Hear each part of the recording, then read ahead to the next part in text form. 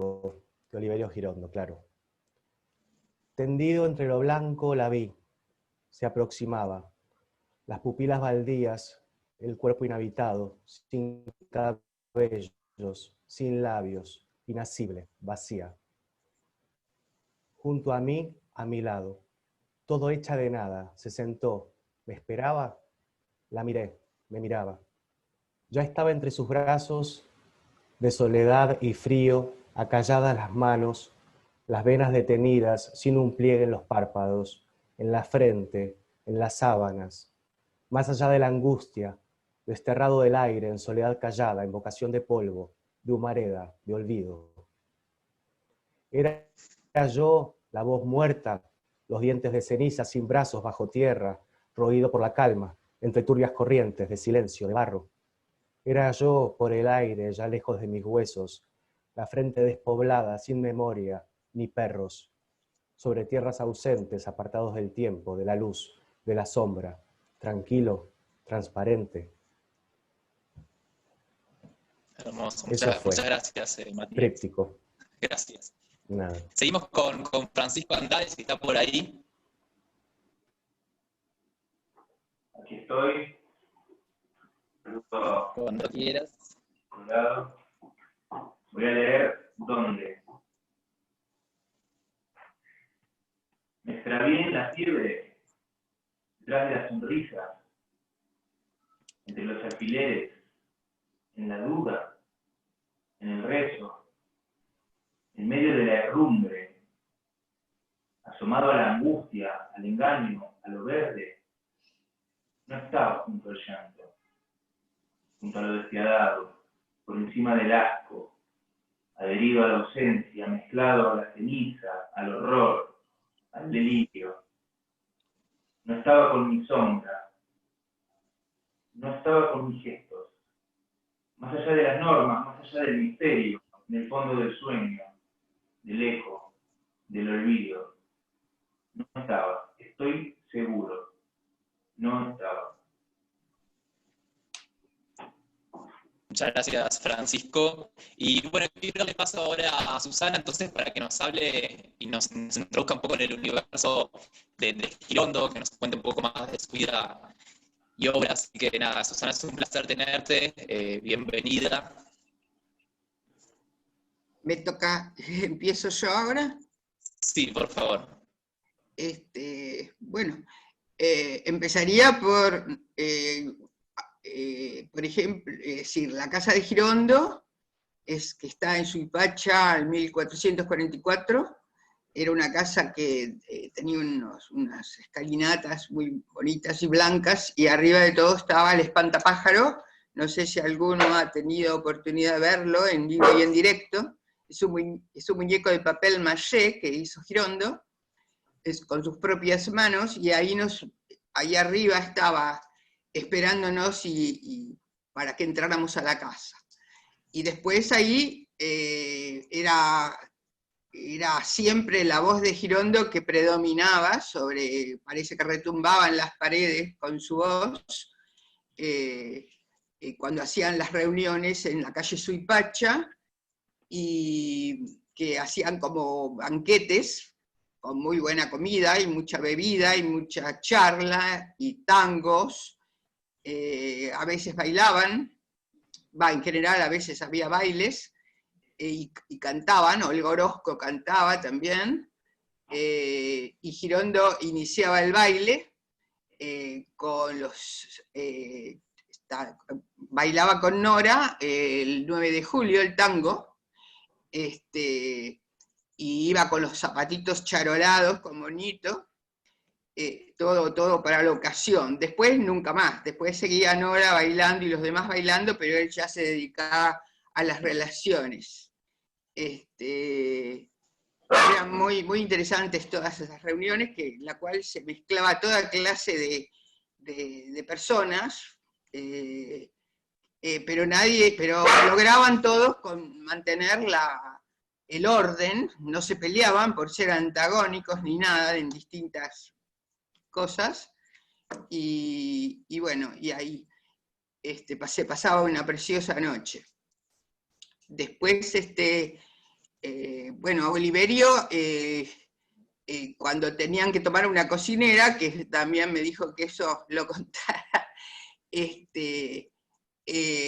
cuando tenían que tomar una cocinera, la cocinera tenía que ir y preparar un omelette. Si pasaba la prueba y el omelette estaba del gusto de Girondo, entraba, si no, no la tomaban. Después tenía 365 recetas de huevo. Decía que todos los días comía un huevo de distinta manera. Y conociéndolo, habiéndolo conocido, mejor dicho, le creo. Después, en las reuniones, en esa época había en Retiro una garita donde estaba un policía dirigiendo el tránsito. Bueno, Nora se subía a esa garita y dirigía el tránsito en Retiro, y Oliverio con Neruda le compraban el carrito de la leche al señor que repartía la leche en unos grandes tanques en aquel momento, y ellos recorrían la ciudad ahí arriba. Después, bueno, eran muy ferristas, muchas cosas. Después también, una vez organizaron un casamiento en un restaurante. Nora siempre estuvo con Oliverio, vivía con Oliverio también, pero se les ocurrió, perdón el perro, se les ocurrió, Nora le dice a Neruda, ¿qué tal, Pablo, si nos casamos? Oliverio muerto de risa sentado en un rincón, en un sillón ahí, y agarraron todos los manteles. Nora se puso un mantel como de novia, y el mozo los casó a Neruda y a Girondo y a Nora en ese restaurante. Algunos comensales no les hizo mucha gracia eso. Después también un día hacía muchísimo calor, y iban también Neruda con Oliverio, y dice, ¿qué tal si nos sacamos los pantalones? Bueno, se sacaron los pantalones y subieron al tranvía, los dos con el shortcito, nada más porque hacía mucho calor. Después no sé si alguno tiene alguna pregunta, alguna cosa que quiera preguntarme.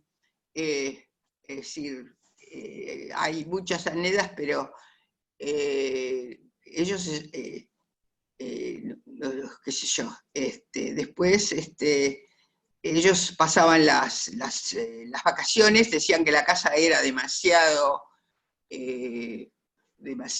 calurosa, y todos los veranos se iban a distintas partes a pasar a Tigre o a Quilmes o a lugares donde podían pasarla, y invitaban a los amigos allí. Era realmente muy interesante estar en esas reuniones. Yo por suerte tuve la suerte de que me dejaran entrar, porque normalmente tenías que tener más de 35 años, yo era mucho menor, pero bueno, era muy divertido estar ahí con ellos, y bueno, no sé, ahora como se me van las cosas. Después, si quieren, les leo algún poema yo, del libro de La Más Médula. Por ejemplo... Él era muy coleccionista, ¿no? Decía que vos lograste reclutar algunas de esas cosas que él coleccionaba. Él tenía unas colecciones preciosas de guacos. La casa tenía muchos guacos que traía de cualquier parte, de Perú, de donde iban se traían grandes cosas, montones de cosas. Tenían un barco de marfil que era de japoneses, que estaban las mujeres adentro con las lucecitas rojas. Era estos que iban los hombres a buscar mujeres, estas mujeres estaban ahí esperando allá adentro. Muy bonito, era una cosa fantástica.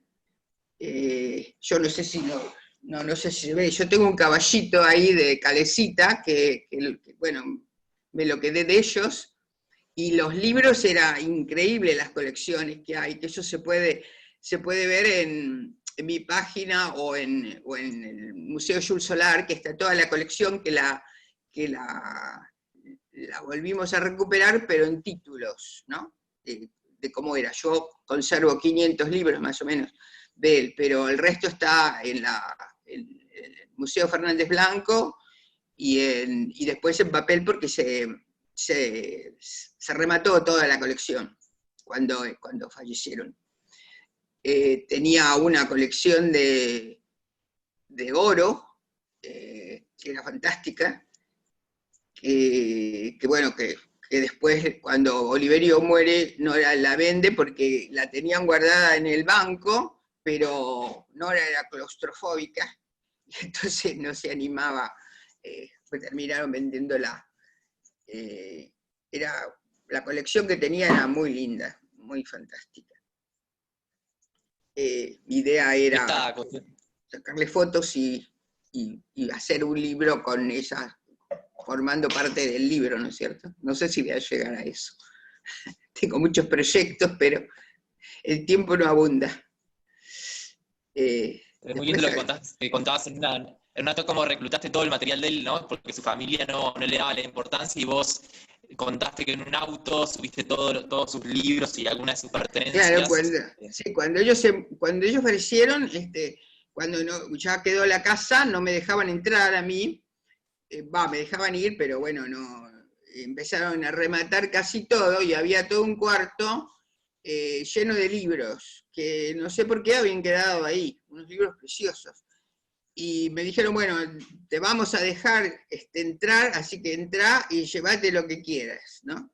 Y yo tenía un Fiat 600, y ellos estaban en el segundo piso, de ahí de la calle Talcahuano, enfrente del Teatro Colón, y bueno, ahí corriendo como loca, llevando libros, llevé, lo tapé, el auto quedó totalmente lleno de libros, que son los libros que ahora tengo, que eran de arte, de pintura, Él era un muy buen crítico de arte también, de cuadros. Hay un libro que él hizo en aquel momento, y bueno, me traje un montón de libros, con el pobrecito Fitito, que en ese tiempo tenía. ¿Y sus dibujos los tenés vos? Porque él dibujaba mucho, los dibujos de él, los dibujos, ¿los tenés vos?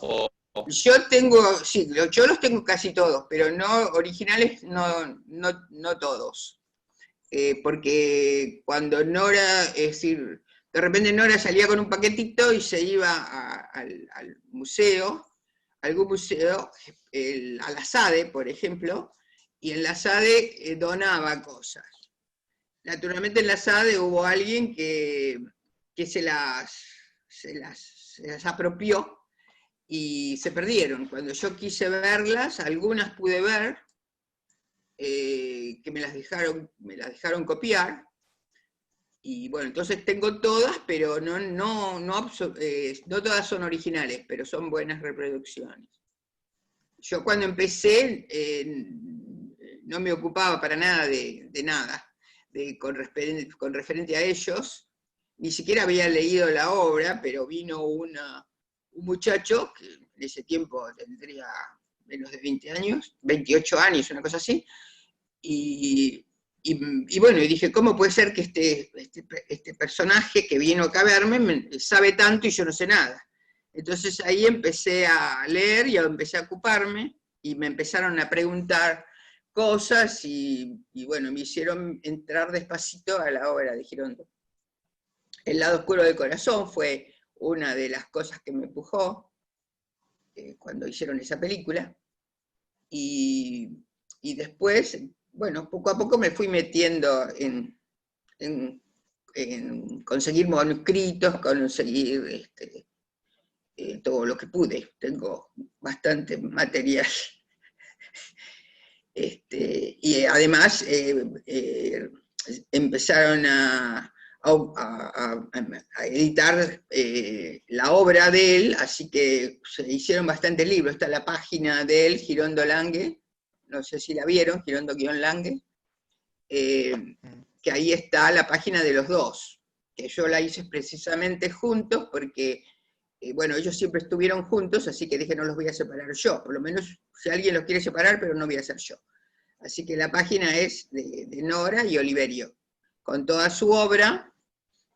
Dejé de agregar títulos hace poco, porque es muy complicado eso de subir las cosas y conseguir a alguien que te ayude.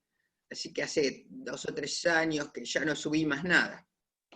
Y hace poco quería hacer una página nueva cuando empezó la cuarentena, que pudiera yo subir cosas, pero bueno, vino la cuarentena y no sé qué pasó.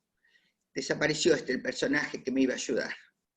Así que, bueno, sigo ahora tratando de hacer la biografía.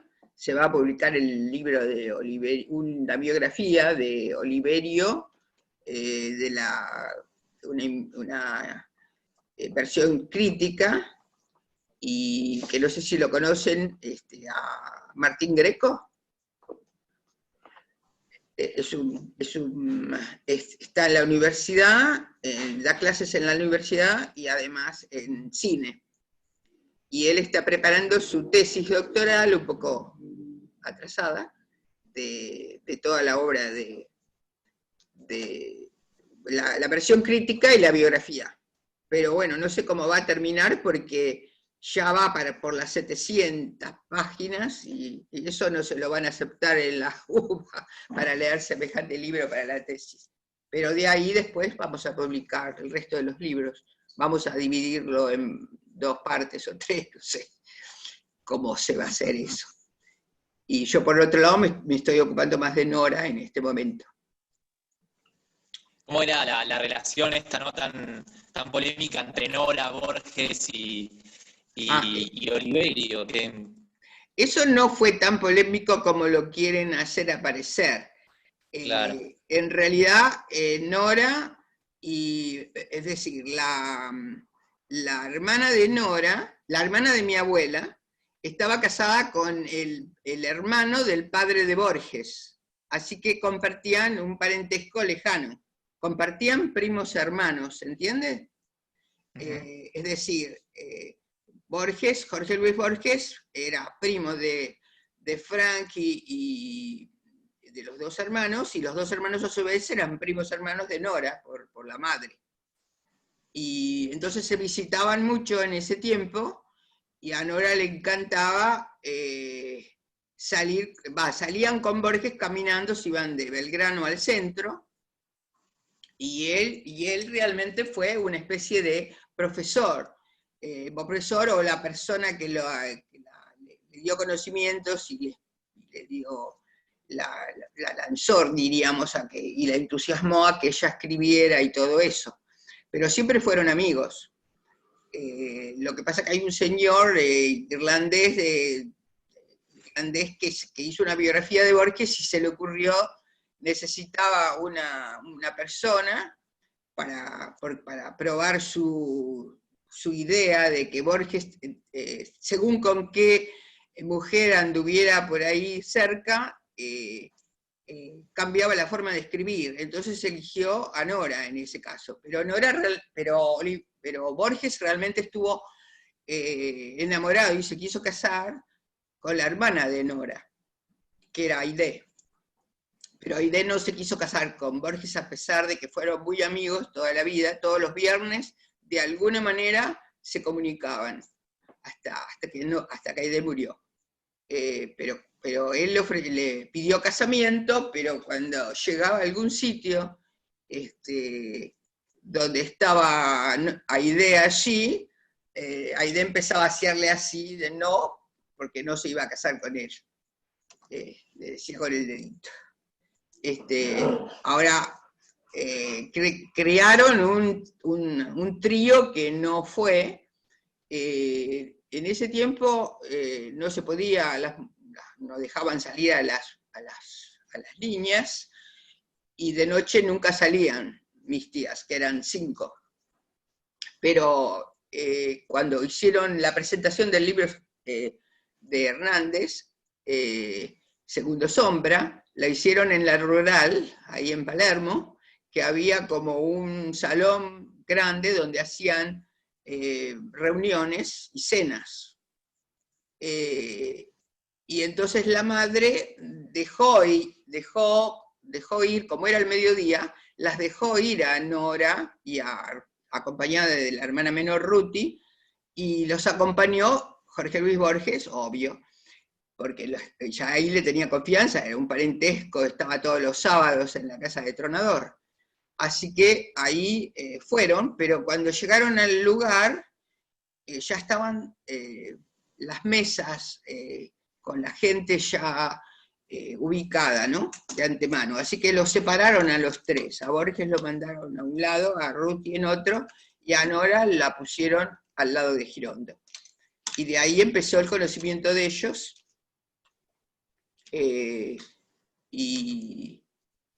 se vieron por poco tiempo, porque ya tenía pasaje Oliverio para irse a París,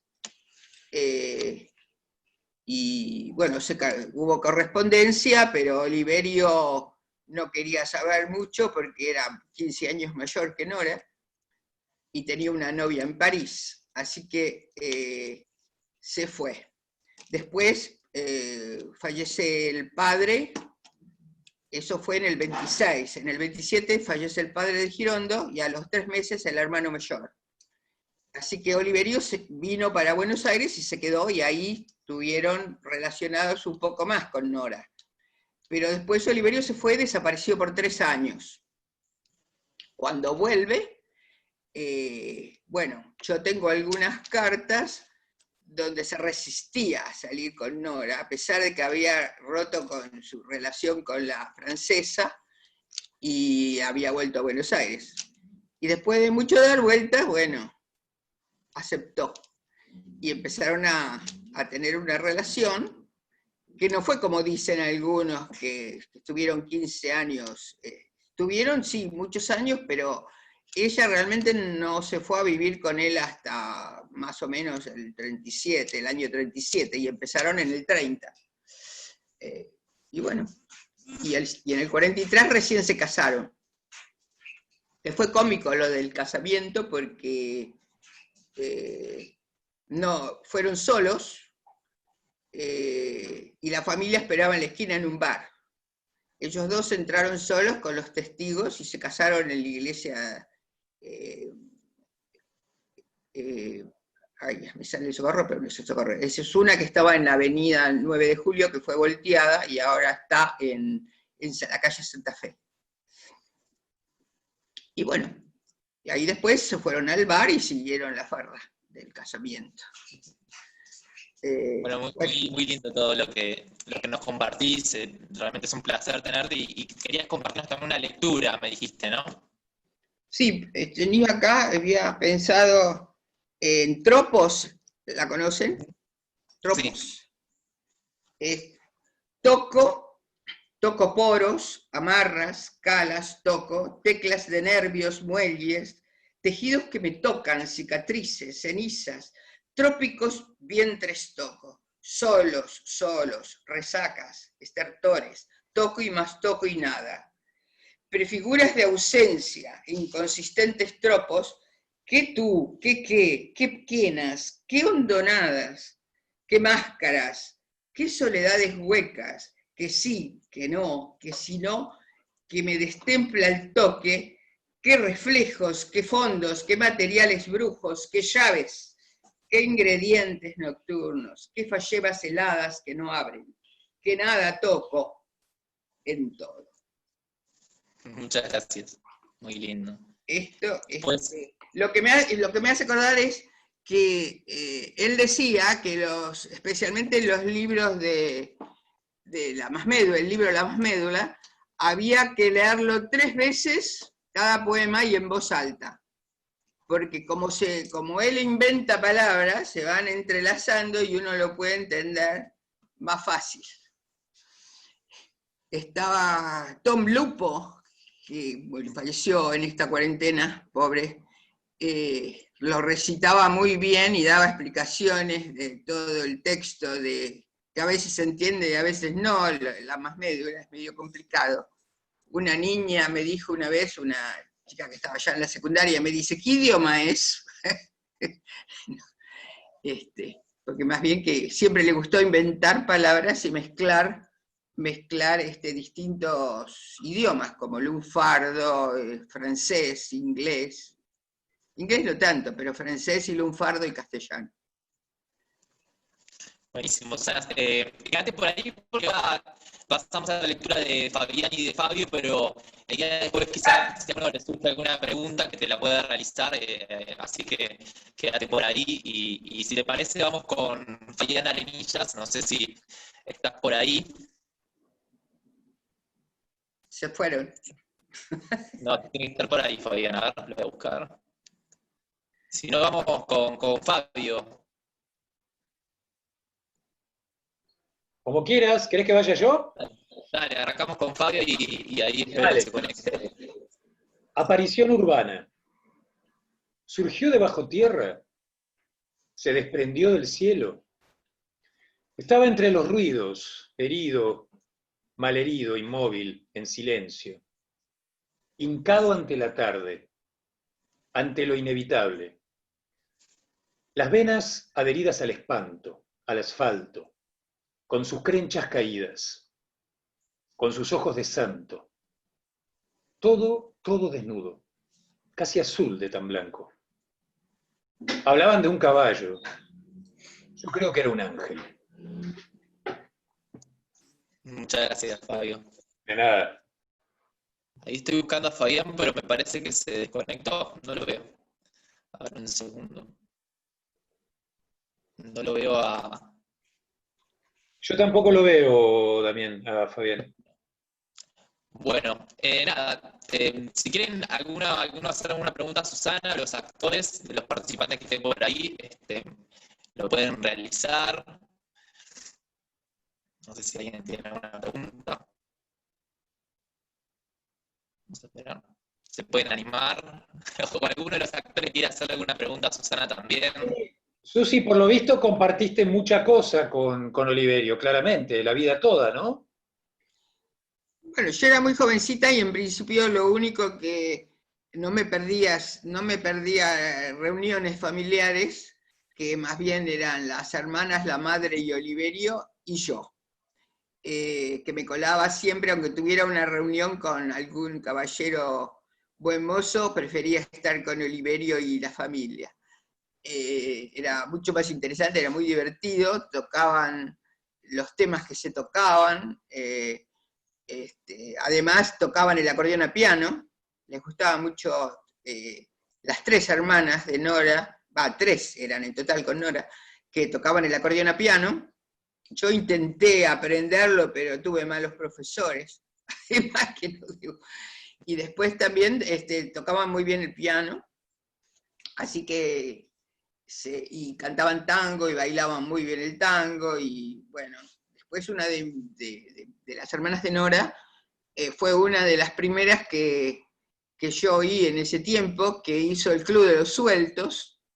Entonces invitaba, dividía la botella de cualquier licor, whisky, cualquier cosa, la dividía en tragos y se vendía al costo de la botella, ¿no? Y se ponían algunos bocadillos y se hacían unas reuniones muy simpáticas, que también a mí me permitieron ir, permitieron asistir, y bueno, fue muy interesante. Y después, pero más bien yo era así, familiarmente con él, hasta que empecé a los 18, 19 años, que me empezaron a dejar ir a las reuniones de Suipacha, y más bien me enamoré de la obra y de todo lo demás después que ellos murieron, como 10 años después.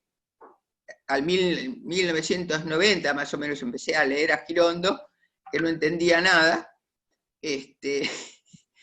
Me acuerdo que me leí el libro me puse a leerlo y me lo leí en una noche, como para saber, que naturalmente no entendí nada, no me sirvió para mucho eso, pero por lo menos sabía de qué se trataba. Y después fue más, de conocer gente y que la gente me contara anécdotas. Hay muchas anécdotas, ahora no me vienen a la cabeza, pero... Pero vos tenés el mismo apellido de Nora. Claro, Lange. porque mi padre era hermano de Nora, era el Ah, único varón. ok. Entonces yo conservé, y cuando fue la sucesión y todo eso, como Oliverio murió antes, los Lange heredamos. Y cuando empezó la gente a preguntar por Oliverio, bueno, yo empecé primero con los derechos de autor y después me entusiasmé con el resto. Entonces empezaron a publicar muchos libros y se siguen publicando y traduciendo en este momento. En este momento está el segundo tomo de la obra completa con la traducción al inglés en Canadá. Están haciendo el segundo. Y Oliverio se tradujo un poco al alemán, se consigue en España. En España, en Barcelona, hicieron un libro muy bonito. 2 libros al mismo tiempo salieron de 2 editoriales diferentes hace 2 años. Y bueno, y sigo en el carril que aparecen distintas personas. Me encanta. Está buenísimo, gracias. Muy Me interesante. están preguntando por chat, pero digo, si quieren, pueden hacerla también hablando directamente. Me preguntan quién seleccionó los textos. Por lo general se les mandaba a los actores un poema, o ellos también se les da así para que, digo, si les gustaba alguno en particular, pudieran plantearlo. Con esto también me parece que abre un poco para preguntarle a Matías o a Francisco cómo vivieron este desafío, ¿no? Porque digo, te dan un Se poema corta y vos mucho decís, tu voz, bueno, me digo, cuesta mucho entenderte. ¿se corta el sonido?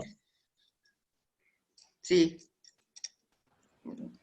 Desconecté el wifi, pero espero que ahora no sé si se me escucha mejor.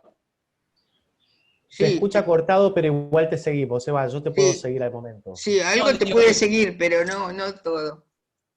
que, digo, cómo los actores vivieron esto, ¿no? La experiencia de recibir un poema y tratar de darle imagen a un poema, digo, sí, qué fue lo que les atrajo de la propuesta, eso me parece que está bueno también compartir con la gente, que son cosas que me están mandando por chat, de gente que se ve que no se anima a preguntarlo por directo. Sí, no, encantada. Eso, además, yo quise hacer también eso con alguien que por ahí dibuje o pinte y que le dé tanto en palabras, actuando o con dibujos, tratando de explicar el poema, pero no conseguí ningún dibujante, ningún pintor. Bueno, a veces se hizo en un espacio hace unos 3 años, pero era demasiado modernoso, no hubo mucho, no sé, no fue tan lindo. Pero bueno, yo estoy siempre prendida en todo lo que puedo, y lo que me dejan y me invitan, que tengo que agradecerles a ustedes que me dejaron participar de esto. Por favor, un gusto. Ahora, cualquier pregunta, estoy abierta a cualquier cosa, incluso que se conecten conmigo por la página o de cualquier manera, por mail, y después no tengo ningún problema en contestar lo que les interese.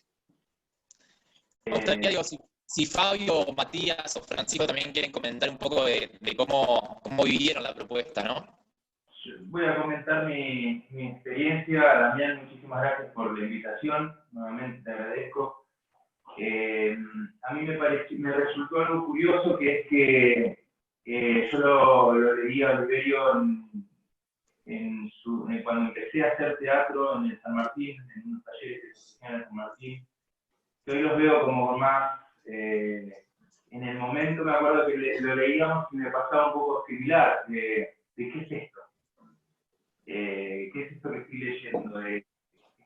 Estos poemas que repiten palabras, que invierten las palabras, y me refrescó mucho esa etapa que hicimos. Me acuerdo que cada uno hacía algún poema, intentábamos representé esto, que no es que era una seguidilla de una historia, un cuento concreto, y me abrió como mucho la curiosidad, y encuentro que también al momento a veces de escribir cosas yo, hay algo de eso, de que evidentemente quedó impregnado, ¿no?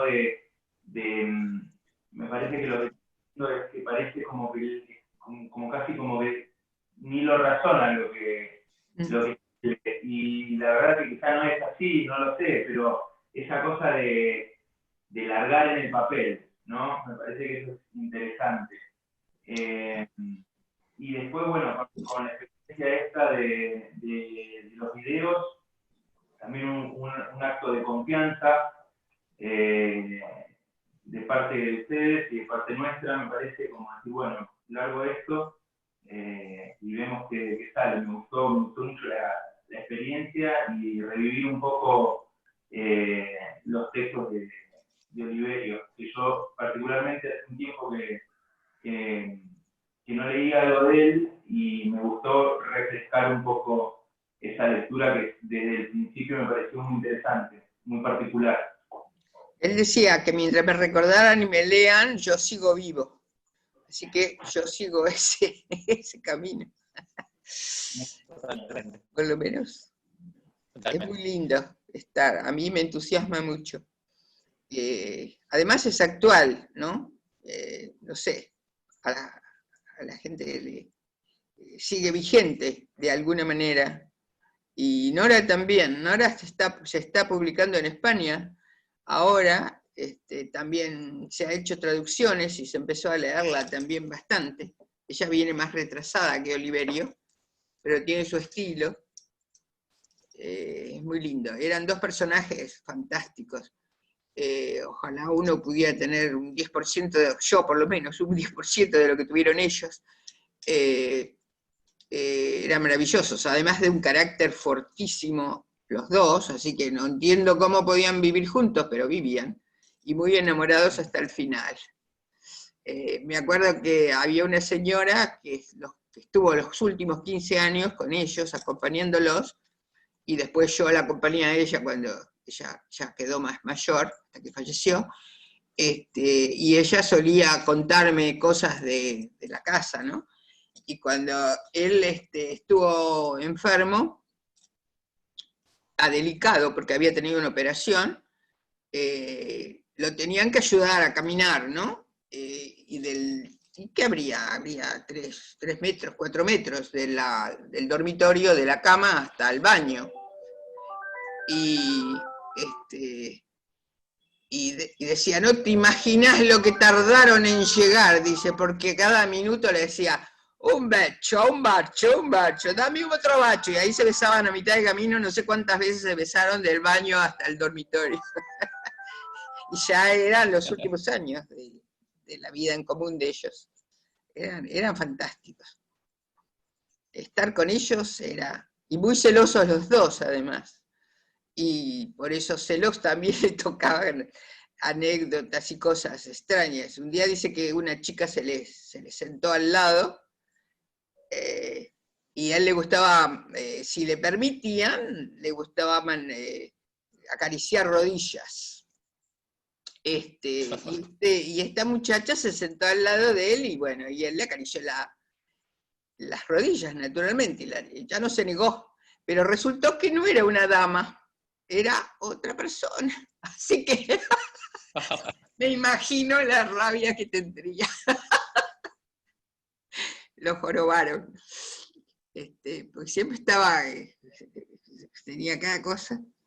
Y bueno, era interesante oírlos contar historias y contar cosas. Era muy lindo. Tuve mucha suerte en eso.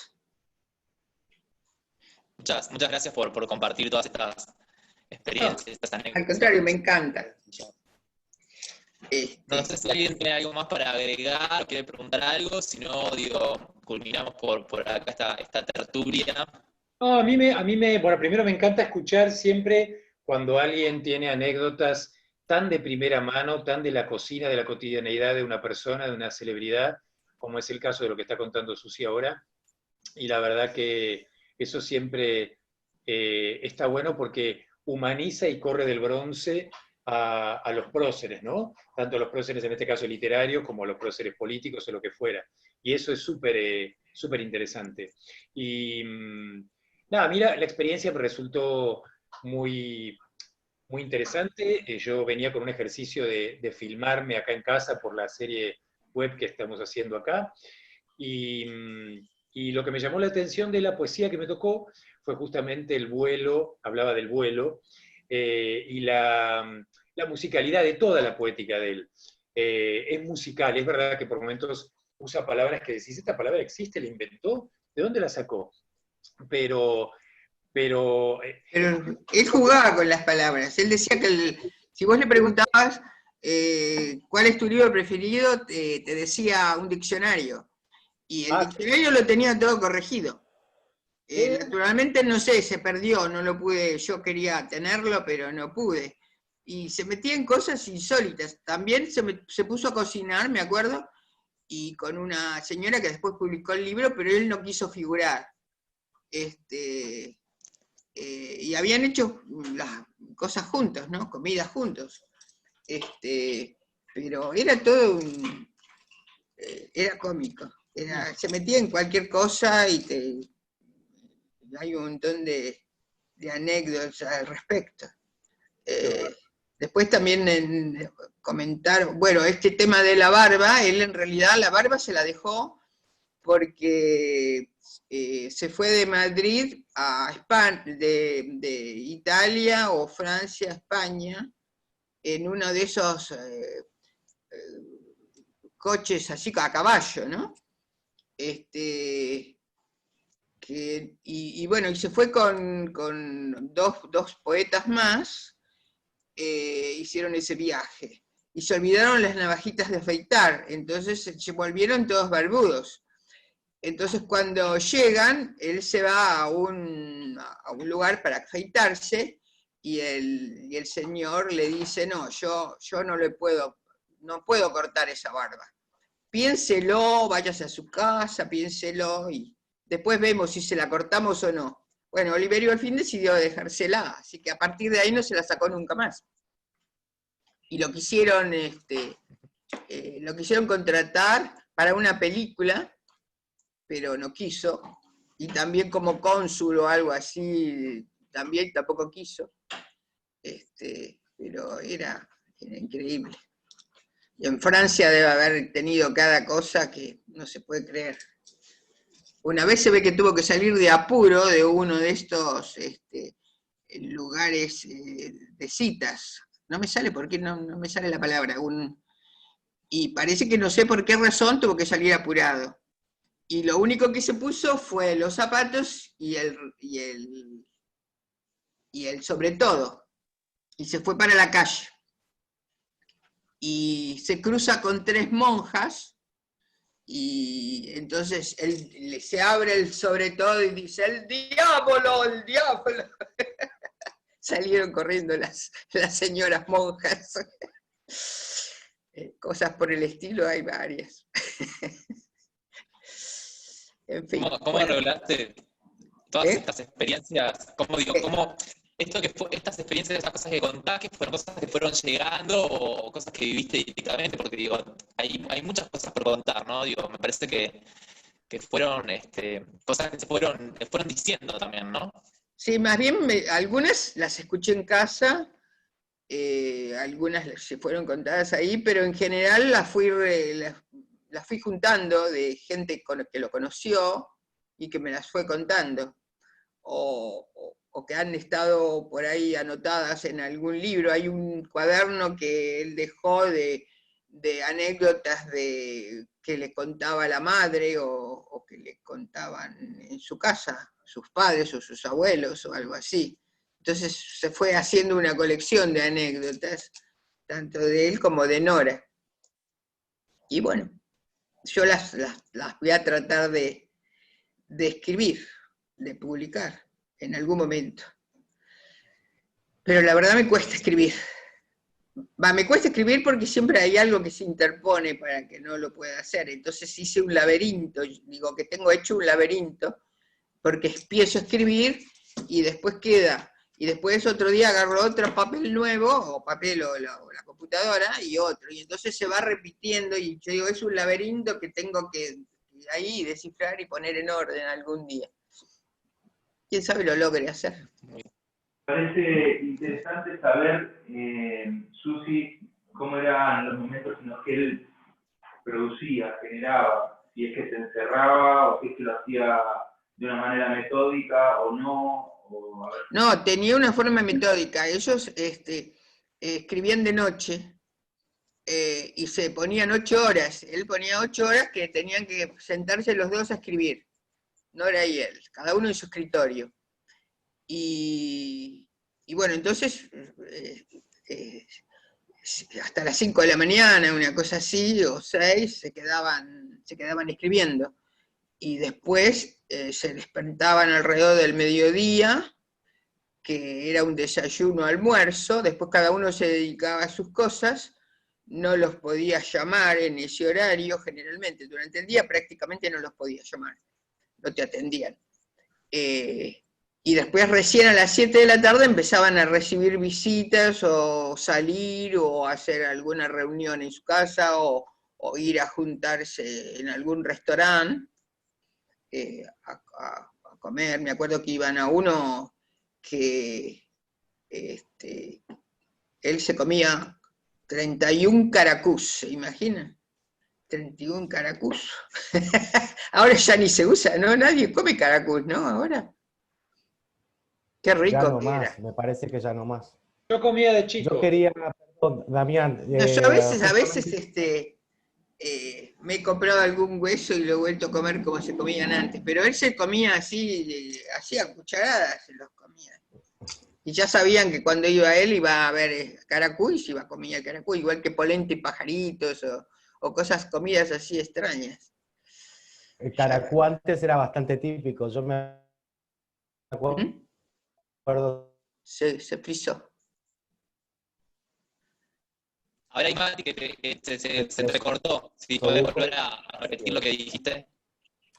Ah, no, nada, una tontería, pero que era muy usual antes esto de comer el osobuco, que venía el caracú El adentro, osobuco, y yo sí. tengo 5 hermanos, claro, que tengo 5 hermanos mayores, entonces siempre me ganaban de mano y me quedaba solo con el hueso yo. No llegaba nunca a comer caracú, Sí. que era como esa gelatina exquisita que uno comía con pan.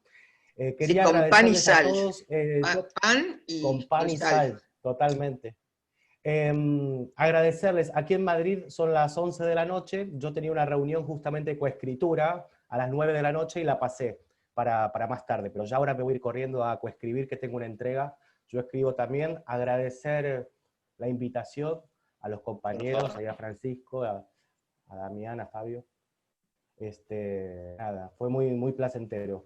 Y no decir mucho más de eso, que a mí Oliverio Girondo me hace acordar tantísimo más a mi época de adolescencia. En el colegio nos daban bastantes textos de Oliverio Girondo, y para mí fue como casi una puerta de entrada a la escritura.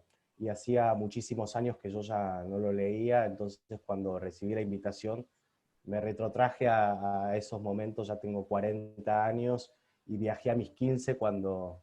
14, 15, cuando empezaba a escribir y a leerlo a él en el colegio. Así que fue un placer enorme. Les dejo un abrazo enorme, Bueno, me voy a escribir. Bueno. Muchas gracias por el espacio. Gracias a vos, Matías. Bueno, en realidad, digo, ya es como culminar la tertulia, agradecerles a todos por haber sido parte, a cada uno de los por haber confiado y este testimonio tan lindo de Susana. Fue un placer escucharte. Bueno, espero que haya salido bien, porque bueno, no estaba en tema. Hay ideas a veces que estoy mejor. No, salió bárbaro. Muchas gracias ahí a Francisco. Es un gusto haberlos conocido y que les guste Girondo y sigan con Girondo. Girondo decía que bueno, que rotundo va por el mundo rodando Girondo. Girando Girondo. Ese es un versito que le habían hecho cuando empezó. Es un placer escucharte y me encanta la pasión con la que hablas de él, de su obra y de su vida. Me encanta. Sí, no, la verdad que yo, como decía un psicólogo, que uno tiene que tener un amante. Bueno, en mi caso, mis amantes son Nora y Oliverio.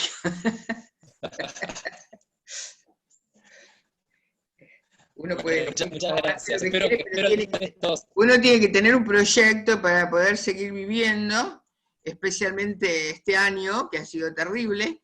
Entonces, lo que me ayuda a mí es meterme adentro de todo este burbullón que hay de Oliverio y tratar. Hoy me puse a buscar alguna cosa, a ver si me acordaba para recordar alguna cosa, y bueno, entro en eso y me cuesta salir. Me quedo. Entonces me ayuda a todo este asunto. En fin, hay que seguir adelante y hay que tener proyectos. Siempre un proyecto, siempre algo. El día que nos quedamos sin proyectos, chao, perdimos. Y mantener viva la poesía, que también creo que muchas veces, digo, como decía en un principio, es olvidada, y la fomentación y esto que haces vos, tu trabajo de tratar de mantener viva la obra, es un gran laburo y te felicito por eso. Sí, bueno, hago lo que puedo. El primer día que hablé con vos me entusiasmé muchísimo, después no, y me la pasé leyendo como más de una hora en voz alta, recitando a Girondo. No, hoy creo que no me salió bien, pero no estoy conforme. Pero me diste una cuerda bárbara ese día que llamaste. Estaba media bajoneada y me vino muy bien recordar a Girondo y empezar a leerlo de vuelta. Bueno, esperemos que pasen estos tiempos para próximamente que exista un encuentro, ¿no? Les mando un abrazo a todos. Bueno, un abrazo a todos. Muchas gracias por el momento y suerte en esta precisa época que nos toca vivir. Sí, tal cual. De eso sí. Gracias. Chao, chicos. Chao. Nos vemos.